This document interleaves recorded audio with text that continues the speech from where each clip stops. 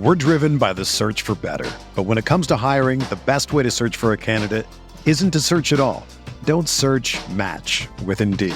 Indeed is your matching and hiring platform with over 350 million global monthly visitors, according to Indeed data, and a matching engine that helps you find quality candidates fast. Ditch the busy work. Use Indeed for scheduling, screening, and messaging so you can connect with candidates faster. Leveraging over 140 million qualifications and preferences every day, Indeed's matching engine is constantly learning from your preferences, so the more you use Indeed, the better it gets. Join more than 3.5 million businesses worldwide that use Indeed to hire great talent fast. And listeners of this show will get a $75 sponsored job credit to get your jobs more visibility at Indeed.com/Blue Wire. Just go to Indeed.com/Blue Wire right now and support our show by saying that you heard about Indeed on this podcast. That's Indeed.com/Blue Wire. Terms and conditions apply. Need to hire? You need Indeed.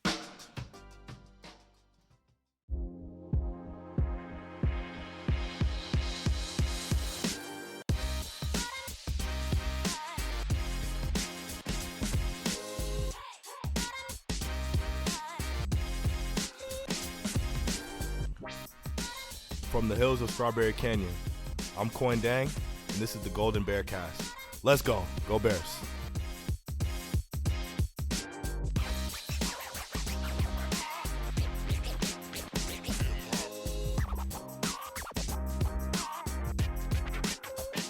And welcome back to another episode of the California Golden Bear Cast, a part of the Blue Wire Podcast Network.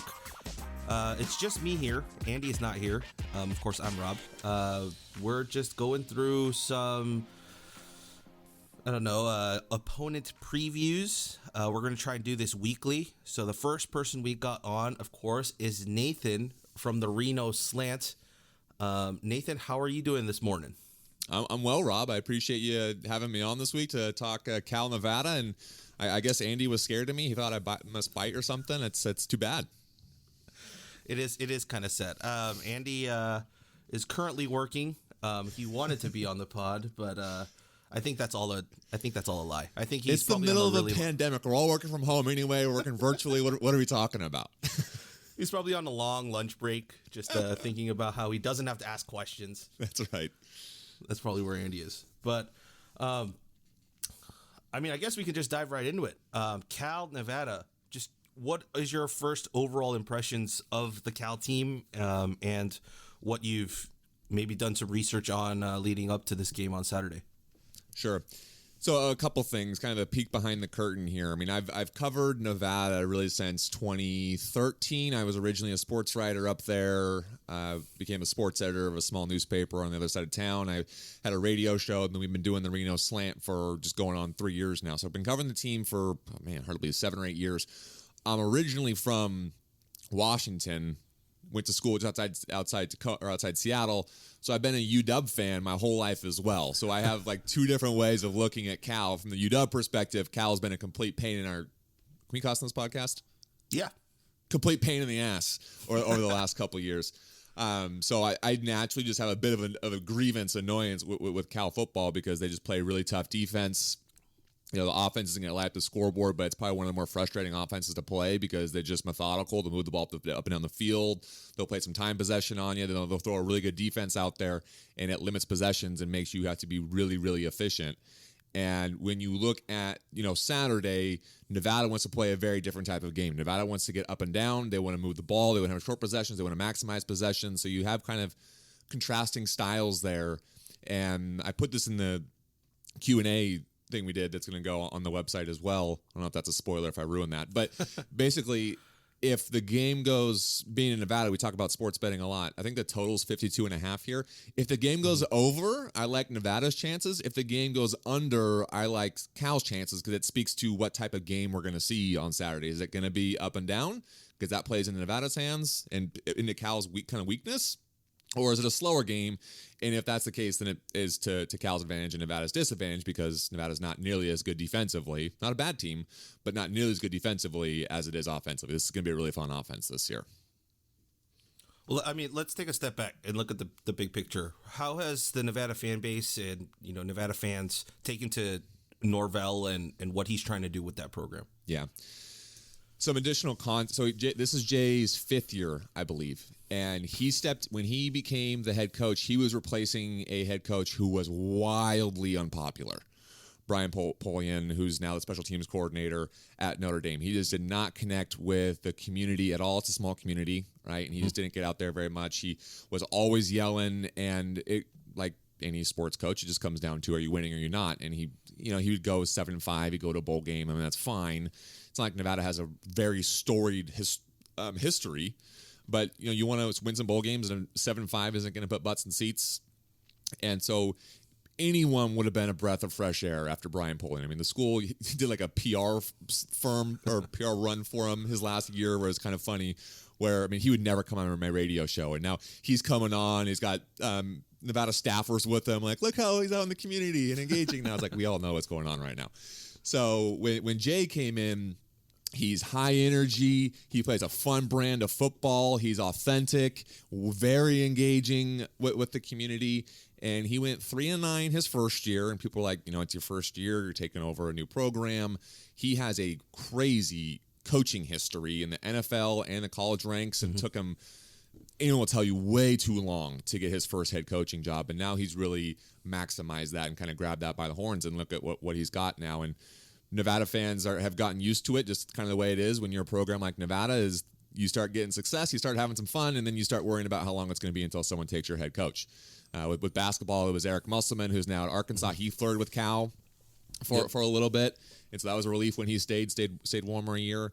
So there is, I don't want to call it a love affair. That might be a little bit strong, but there is a strong appreciation for Jay. And you're always going to have some in the fan base who are just going to go bonkers for no reason, who are going to be unreasonable. He lost a couple games in a row to UNLV. Nevada's obviously in-state rival. That game gets people obviously fired up, and UNLV is not good at all, has not been, and lost a couple games as pretty significant upsets. And so you had those people saying, all right, we need to make a change, which was completely, again, unrealistic, given kind of where Nevada is from how they invest in the program, investment or funding pretty strapped at a school like Nevada. So Jay's loved in Reno for sure. I don't know, again, love affair might be strong, but people want him to stick around. Yeah, I mean, I'm looking at the numbers, the S&P Plus numbers for Nevada this year. 74, overall rank is 74, offense 70, defense 83. Is that just about what you kind of expected? Like, is it higher? Is it lower? Like, where do the numbers speak to you? I'll start on the defensive side of the ball. Defense has been a struggle for Nevada over really the last decade. And before last season, Jay Norvell fired Jeff Castile, pretty recognizable name for those who follow football coaching and familiar with those circles, and replaced him with Brian Ward, who was formerly the defensive coordinator at Syracuse, had a couple of good years there, and then had a really bad year, got fired in the middle of the year. And Nevada had one of its best years statistically in a long, long time last year in terms of points per game average. I can't remember exactly what the number was, but it was, I'm going to say like 25 to 20. I mean, somewhere right around there. And so you just give it the S&P number there in the 80s. I mean, sure. I mean, that sounds fine to me. They didn't force a lot of turnovers last year. They didn't really get after the quarterback. And those are two big things for them this year. They're hoping they can turn the corner. Like every team pretty much in college football, they have basically everyone back. So you're feeling pretty good, but maybe some of those numbers can grow. Offensively, I'm a little surprised to hear it in the 70s, just given what this offense was last year and what they have coming back. I mean, I know we're going to talk about Carson. He's getting a lot of love as a potential first-round draft pick. There's been a couple who've gone so far to project him as number one overall. And make of what you will. Mock drafts at this point in the year, you're just trying to get people to click on those things, so you'll put some stuff out there. Yep. But you got you definitely have one of the best wide receiver rooms in the country, and that's not hyperbole. You have Romeo Doubs, who went bonkers last year. Him and Carson on the deep ball were ridiculous. They're roommates. They're really good friends. You have Elijah Cooks, who was the team's best offensive player in 2019. He got hurt in the first half of last season, or his first half playing last season, missed the whole year. He's back this year. You have Cole Turner, who also is an NFL prospect at tight end. He's 6'6", 240 pounds. He's a big body. He is just a matchup nightmare. I mean, they'll put them outside and they'll run goal line fades with them. And I joked about this also in my Q&A. I generally hate goal line fades, and Cole single-handedly made me change that opinion, at least for now. We'll wait and see what happens this year if they're as effective with it. But it was like automatic. It was like you just run the goal line fade to Carson, it's going to happen. He had 9 touchdowns last year in 9 games. Then you have a bunch of other guys as well. And you have Torrey Horton, who really emerged last year as a freshman, or as a sophomore, excuse me. You have Jamal Bell, who's really quick, really dangerous in the underneath routes. I think he's going to be a name to watch along with Melquan Stovall. It's just so many weapons for Carson to throw to. I think Phil Steele has us ranked the number 10 receiving group in the country. And then you throw in the fact that you have a first-round potential quarterback. You have Matt Mumme, who's the son of Hal Mumme, who is the founder of the Air Raid offense, kind of running the whole thing. So it's a lot to be excited about with this Nevada offense for sure.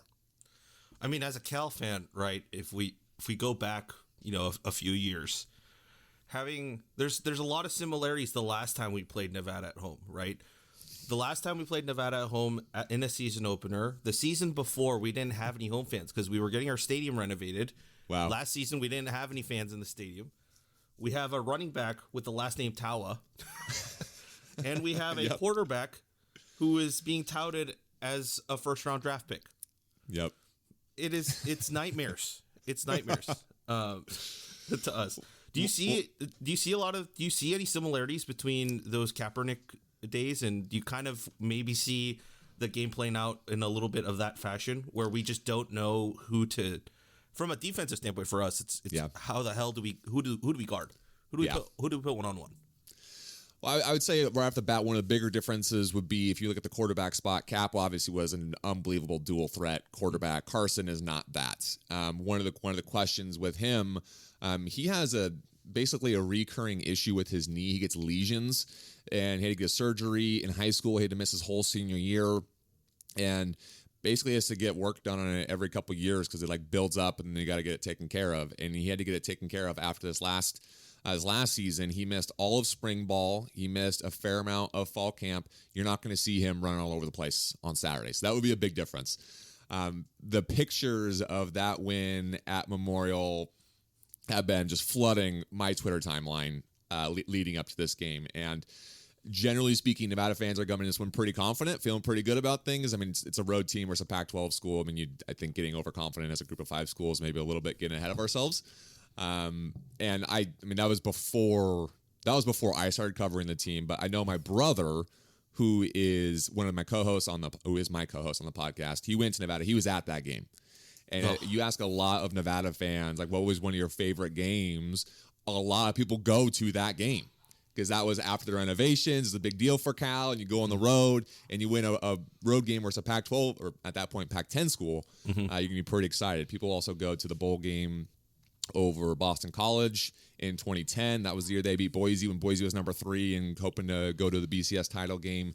So every fan base is going to have their games, but the win at Cal that year was absolutely one a lot of fans remember that was an awesome, awesome game. And I think that's part of the reason fans are excited for this one is they're thinking, we did it then, we'll do it again. And part of it's because it's a really fun, anticipated year. Oh, I mean, you pretty much nailed it. If I was a Nevada fan, why wouldn't I be celebrating that win leading up to this game, right? I'd be plastering it all over my wall, and if I knew any Cal fans, I would be shoving it in their faces. Just the nightmares I have of that game. I don't think I've ever watched the highlights from that game after I was at that game. Were you at it? You were at it? I was at that game. And I don't think I could ever, that image of, I can't get it out of my head. And so I don't need to relive it by watching the highlights. I think it was a 31-24 score. I think I mentioned that. And not an unrealistic score for this one. I think Cal's favored by 3.5 points. Yep.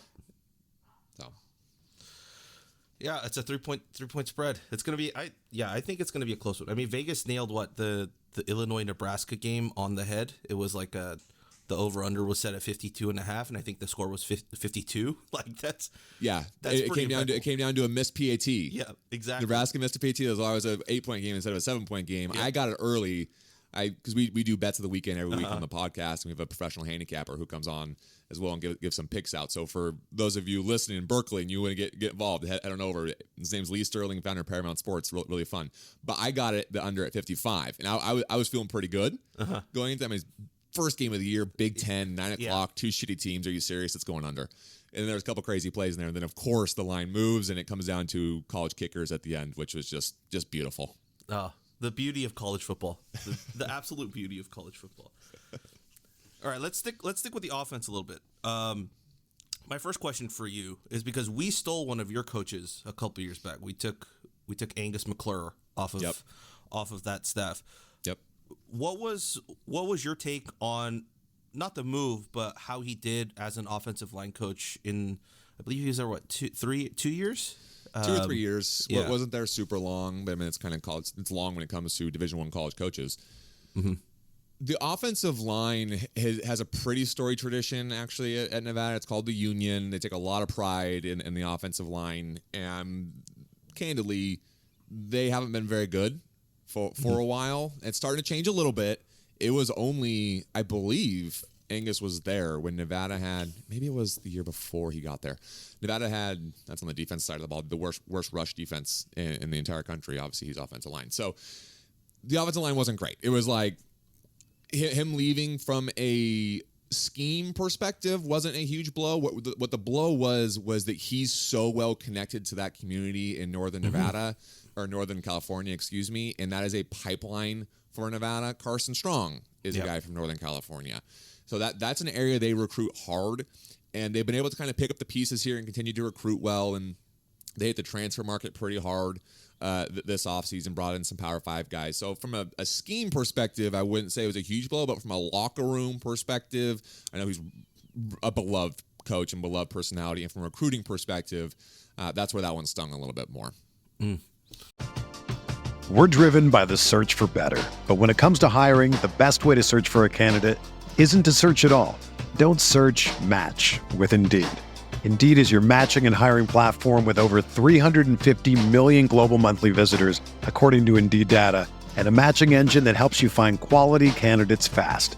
Ditch the busy work. Use Indeed for scheduling, screening, and messaging so you can connect with candidates faster. Leveraging over 140 million qualifications and preferences every day, Indeed's matching engine is constantly learning from your preferences, so the more you use Indeed, the better it gets. Join more than 3.5 million businesses worldwide that use Indeed to hire great talent fast. And listeners of this show will get a $75 sponsored job credit to get your jobs more visibility at Indeed.com/Blue Wire. Just go to Indeed.com/Blue Wire right now and support our show by saying that you heard about Indeed on this podcast. That's Indeed.com/Blue Wire. Terms and conditions apply. Need to hire? You need Indeed. Well, moving on from that, we talked about the wide receivers. I guess we got to talk about Carson Strong, and then we'll talk about the run game a little bit. So let's talk about the run game because Carson Strong's the big one we got to talk about. What's your what are your takes on the Nevada run game? For the run game, so obviously you have not the whole offensive line back. There was left guard, can't remember, but 4 of the 5 starters are back this year. They went from, I believe it was 3.8 yards per carry to 4.4 yards per carry last year. So it certainly got better. The key thing to know about the run game at Nevada is they use 2 running backs. I mean, you'll really see 3. Avery Morrow was pretty impressive as a freshman last year, then had banged up his knee, had surgery as well. So they'll use him sparingly, but it's really a 2-headed monster is a cliche. But you have Toa Taua, you mentioned his brother, who's now the running back coach at Nevada. So there's still 2 Tauas on the sideline. Toa is, they're listed as or on the 2 deep as who's the starter, but Toa is the starter. Then Devontae Lee is the backup. And Devontae Lee, if someone wants to just have some fun, type in Devontae Lee high school highlight film. And he played for a small school in like Oklahoma, and he's a big dude. He's listed at 5'9", 235. He's a bowling ball. Oof. And he was just running over these kids in Oklahoma. It's pretty funny. So check it out. So Toa is the better ball. He's the better receiving back. He's a little bit quicker. Devontae, not quite as quick, but he's for as big as he is, you get him running a straight line, he can get moving, and he'll run over some people. Nevada likes to run, or Jay Norvell and Matt Mummy like to run, and it drives me insane. It drives a lot of the fan base insane. They'll run the Wildcat in short yardage with Devontae, and no one can stand it because it's like, I wonder what they're going to do here. Oh, they're going to run off guard. Wow. No way they could scheme for that. And so there was, I forget which game it was last year. They get down to the goal line. It might have been the San Diego State game. They ended up winning that game. First and goal from the one. They run the Wildcat 4 times, get stuffed 4 times. And I was like, burn that play forever. And so we've joked on the podcast this week, how many times they're going to run the Wildcat with Devontae Lee. And I'm hoping under 1.5. So the ground game, it's not going to scare anyone. I think they were number 8 in the Mountain West last year in terms of yards per game rushing. Part of that is how well they throw the ball. Mm-hmm. So Nevada's not going to beat any team many teams because they're running the ball this year. The hope is they're just effective enough to try to keep teams honest to some extent. They're not going to be putting 8 in the box, but if you can get the safety coming down at some point and try to open something up down the field for Romeo or any of the other toys that Carson has to play with, that really is going to be the idea. They run more than you would think. So you got an air raid offense or air raid offensive schemes, but it's not a true air raid offense. They will still run the ball a fair amount. They're not going to throw the ball 3 times and then hopefully pick up 10 yards. So they'll run more than you think, but it's definitely not the strength of this offense. Okay.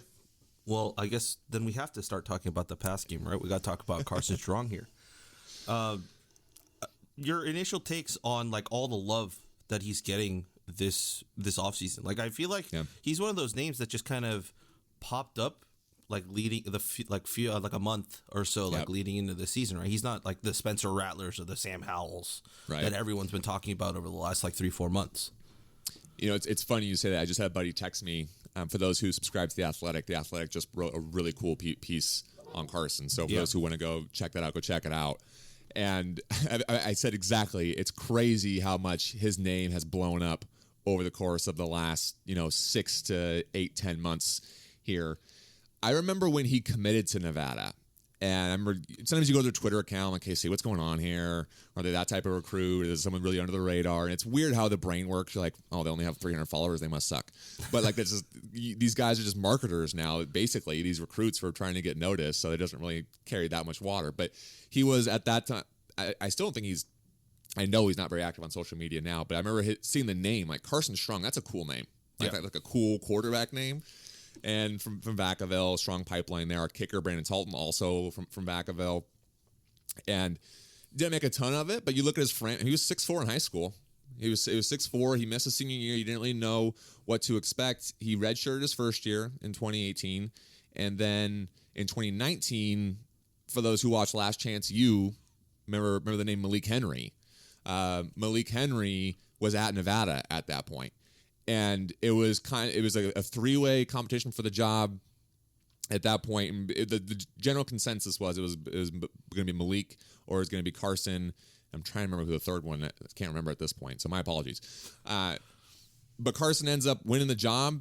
There was the Purdue game. Some people may remember that game. Nevada won at Mackey. Brandon Talton, at that point, a freshman walk-on kicker who no one had ever heard of, hits a 56-yarder at the gun to win that one 34-31. He gets a scholarship that night. I mean, it really was kind of a fairy tale kind of story. And here's me talking about kickers when you're asking me about Carson.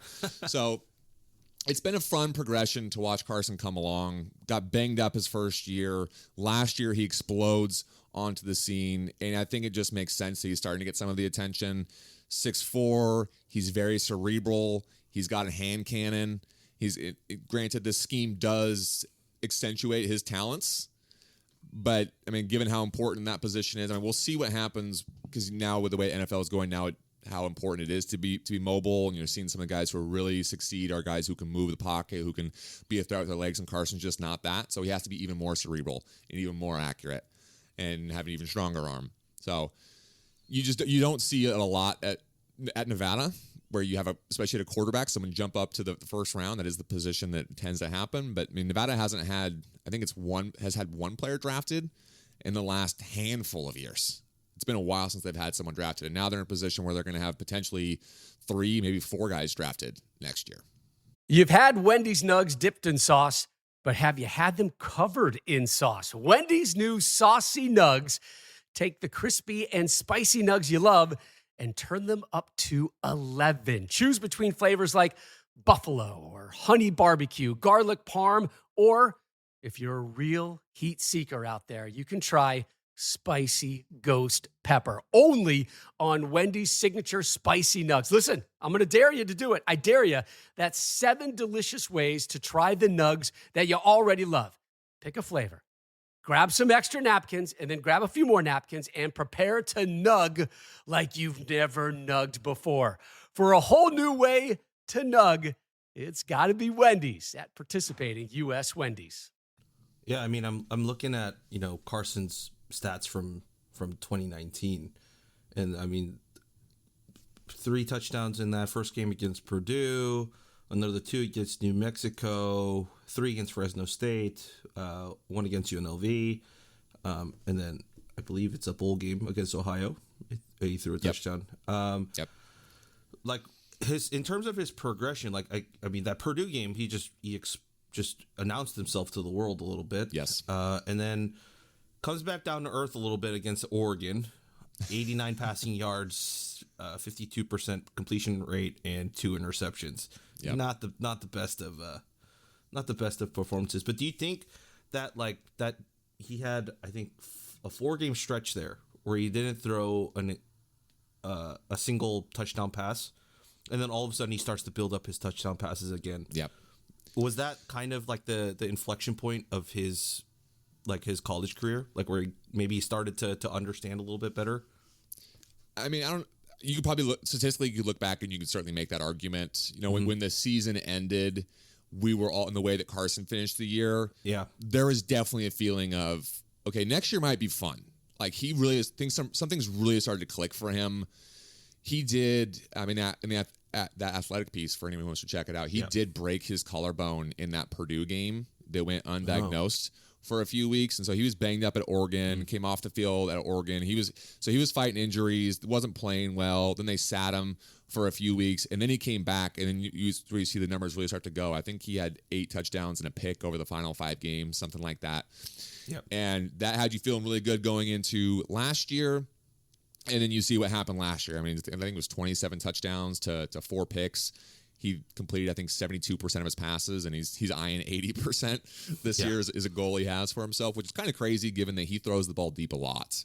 That was also a huge progression in his game. His first year had guys open, was just overthrowing guys. Just overthrowing. It wasn't underthrowing, but overthrowing guys, something he worked on a lot.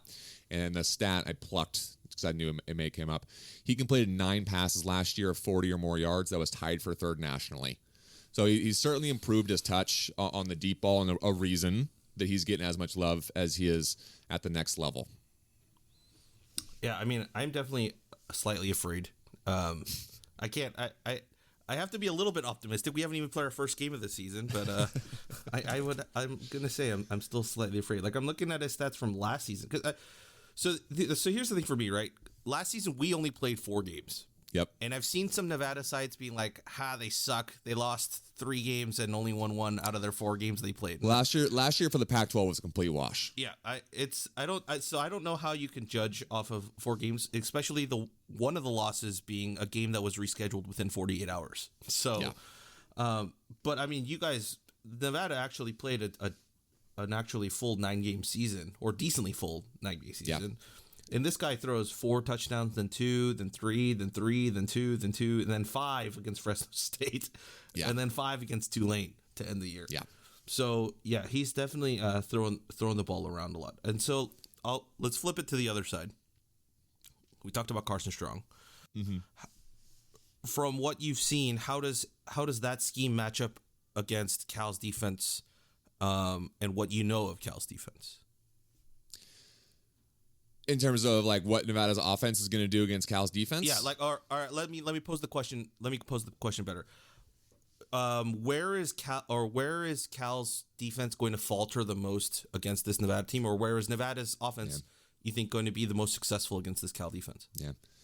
I think that's what's going to decide this game. That's the matchup is this passing attack versus Cal secondary. I mean, that's strength on strength. And because, again, if Nevada is able to pick up some chunk plays, get up and down the field, put some points up on the board, especially early, and then force Chase Garbers to kind of maybe try to start forcing the ball down the field, I mean, that plays into Nevada's hands. That's what Nevada wants to do. So that's the matchup I'm watching in this game, is obviously the Cal secondary versus Nevada's receivers in this passing game. You mentioned a lot of Carson's stats last year. Not like college quarterback, it's football. I mean, not like he's bulletproof. I mean, there were certainly some games last year. The Hawaii game last year, it was a perfect storm. Nevada was undefeated. Going to Hawaii is always a pain. The game's going to start at 8:00 our time here on the West Coast.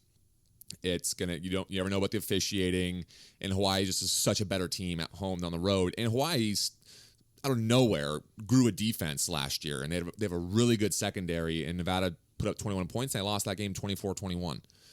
And if I'm any team playing Nevada the rest of the way last year or this year, I'm pulling up that game film and just being like, what do we do? What did Hawaii do? And what Hawaii did was they were willing to let Nevada run the ball. I think Nevada averaged like 6 yards a carry in that game. And Cal's front, at least the defensive line, is supposed to be a little bit better this year, but they're going to give up some yards on the ground. And if I'm Cal, that's what I'm going to do. All right, we'll let you run. We'll let you run some clock. We're going to let you have to really work and earn these possessions. We're not going to give up chunk plays, and we're going to make you earn it. And I think that's what Cal, I would guess, what they're going to try to do here.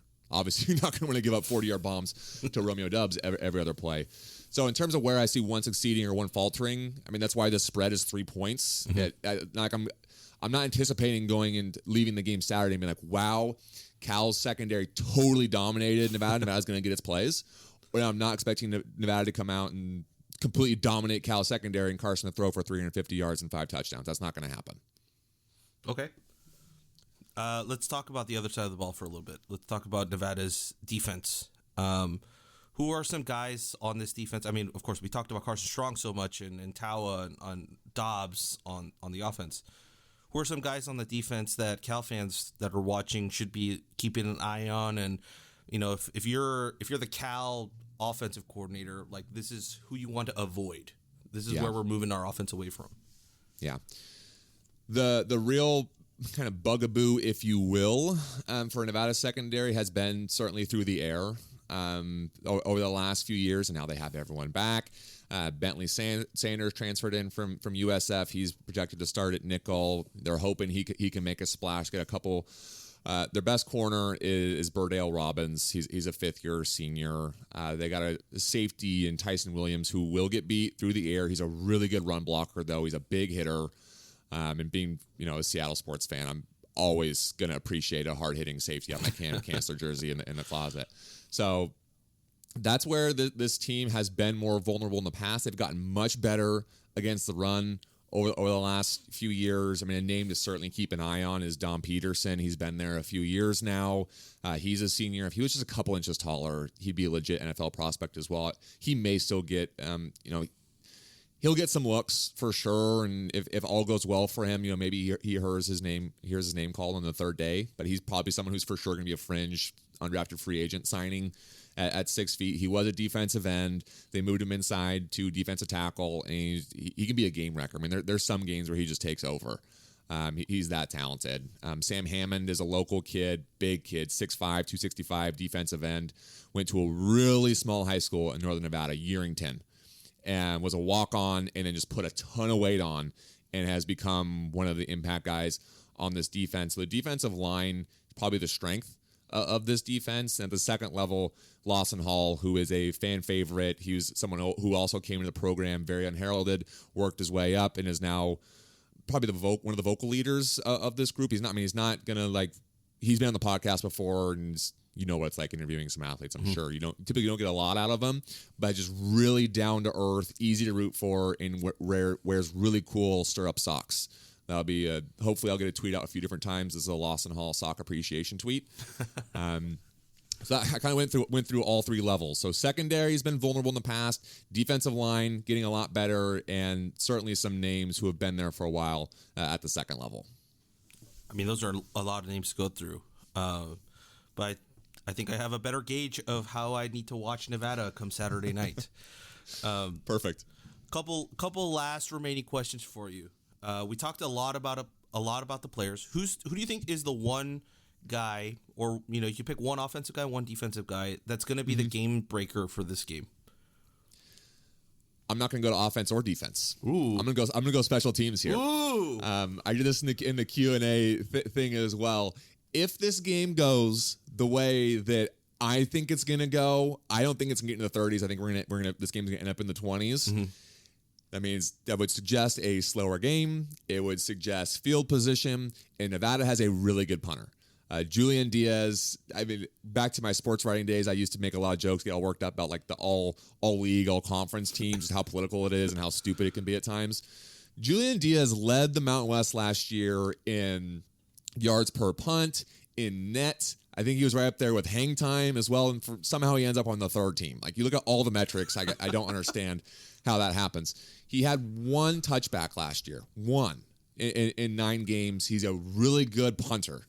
And usually you go into a really important game like this and you're not looking to the punter, but he is a weapon that people may forget about. And if you're in a low-scoring game, field position will matter. It is going to make a difference if you can pin some at the 5 versus set him up at the 20, because you're hoping to get 3 and out and then get the ball back at midfield now. Now you'll need a couple first downs and you're kicking a Brandon Salton field goal. So I'm going to go to Julian Diaz. 1, just be contrarian and be a little bit different. But 2, he is a legit weapon for this team, especially in a game that might have a slower game flow. I swear I did not plan this. Like, we put out our prediction pod yesterday, and in the prediction pod, if you haven't listened to it, if you're listening to this, go listen to it. One of Andy's predictions is that our punter is going to win us a game this season. And in back-to-back episodes, we're talking about punters being the game breakers to a college football game.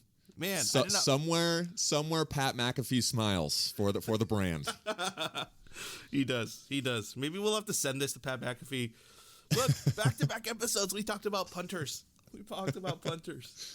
Punters are people too.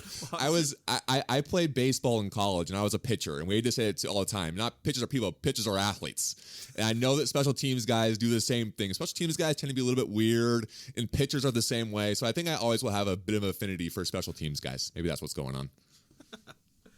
Oh, shoot. Well, I guess I'm gonna watch for the punter now. I'm gonna watch for.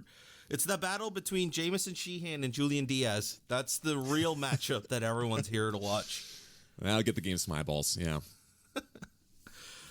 Well, that's all the questions I have for you, Nathan. The one to end on, your score prediction for the game. Happy to give it. So again, some quick context here. On the podcast, I typically take more of a cerebral, analytical look at games, and my brother is just the unapologetic homer. And so he will always pick Nevada to win every game. And I always give him shit for it, because I'm like, you think people really want to come on and just hear you wave the Nevada flag the whole time? Or do you think they actually want you to share what you actually think? Because not every fan thinks Nevada honestly is going to win every single game. And that's kind of the fun back and forth we have. Right. I picked in this game, I picked a 27-23 final, and I picked Cal to win. And I will say that I picked Nevada to finish the year 10-2, 7-1 in Mountain West play. I had this being one of the losses. I think the fact that Carson missed a lot of fall camp is a factor. Yes, he's a veteran. Yes, he knows the offense. Yes, he has rapport and chemistry with especially his guys he's throwing to. And I forgot to mention Cole Turner, tight end, is also one of his roommates. So that house, it's Carson Strong, Cole Turner, and Romeo Dubs. I mean, the chance they all 3 get drafted, kind of wild. So that is a factor. But offenses typically aren't always going to hit on all cylinders right off the bat. Mm-hmm. And especially the fact they're going on the road, especially the fact they're playing a Pac-12 team that has a pretty good defense, that gives me some pause heading into this one. If Nevada wins, I'm not going to be completely shocked. Oh my God, I can't believe they won that game. I just think this leans a little bit more towards Cal. Our listeners will say I'm more skeptical most of the time. So we'll see. I'm very confident it's going to be a fun game. And regardless, I'm excited we got football going on. Last year was a disaster. I'm talking with you. We're previewing a game. It just feels right. I'm glad to have football season back. It is. Finally, some sense of normalcy with football actually coming back. Yep. Well, Nathan, I appreciate the time. That's, of course, Nathan from the Reno Slant. Where can the fine Cal fans find you on the Twitterverses or elsewhere?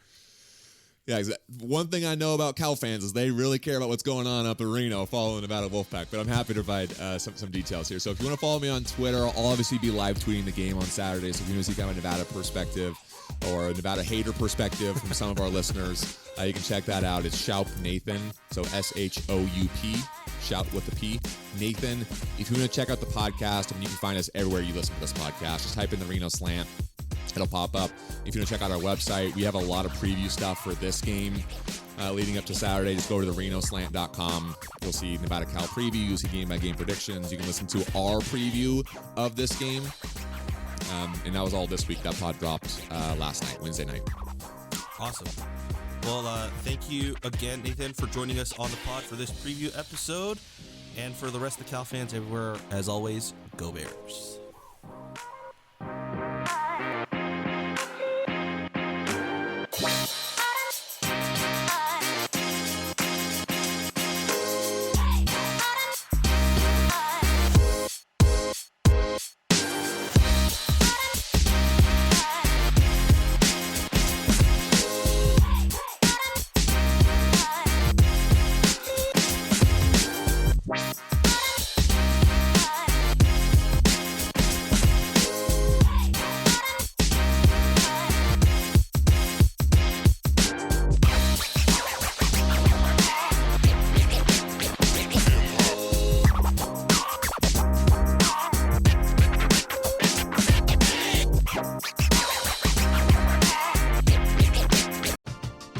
We're driven by the search for better. But when it comes to hiring, the best way to search for a candidate isn't to search at all.